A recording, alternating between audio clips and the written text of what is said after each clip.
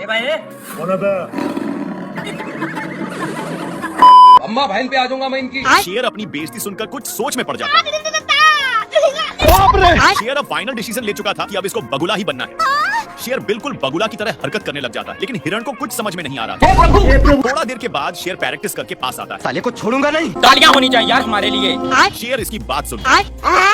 हे हरिनाम कृष्ण। शेर नदी के पास आकर आराम से बैठ जाता है। मैंने कुछ किया? कुछ देर के बाद शेर बगुला को खाने के लिए आता है और इसको देखते ही हमला कर देता है। पर एक बगुला अपने अड़े पर आता है, लेकिन शेर अब पगला चुका था उछलने कूदने के चक्कर में। बाप रे, ये भगवान ना। लेकिन शेर इतना कुछ होने के बावजूद भी नहीं सुधरता है और यहाँ पर आकर घोंसले को पूरा ध्यान से देखता है। शेर बिना कुछ सोचे सभी को अपने ऊपर उठा लेता है और अपना बदला लेने के लिए एक खाई के पास आता है। लेकिन बगुला अभी भी नींद में ही था कि तब तक शेर घोंसले को फेंक देता है, जो एक पेड़ पर टंग गया। इसको देखकर बगुला लड़ने के चक्कर में दोनों पेड़ पर टंग जाते, लेकिन बगुला अपना बदला लेने के लिए रस्सी को खींचने लगता है। और मैं आसमान की ऊंचाइयों में उड़ते हुए शेर एक खंभे को पकड़ लेता है, लेकिन बगुला इसको भी खींच देता है। उसी टाइम पर रस्सी भी टूट जाती है। खत्म। क्या माल है यार।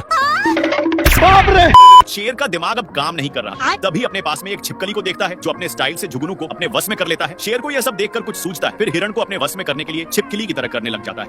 हे प्रभु हे हरिनाम कृष्ण। शेर का मुड़ी टेढ़ हो चुका, लेकिन फिर भी हिरण का पीछा नहीं छोड़ता। हिरण को भगाकर अपनी मुंडी को ठीक कर लेता है, लेकिन इसको छिपकली पर बहुत गुस्सा आता है, इसलिए इसको उठाकर एक पत्थर पर रख देता है। तो ये पूछता है, तो शेर बताता है, भूतनी के आगे देख। देखा तो हिरण था। शेर इसको समझाता है कि उसको माल बनाना है, पर एक कुछ और ही समझ जाता है। साले को छोड़ूंगा नहीं।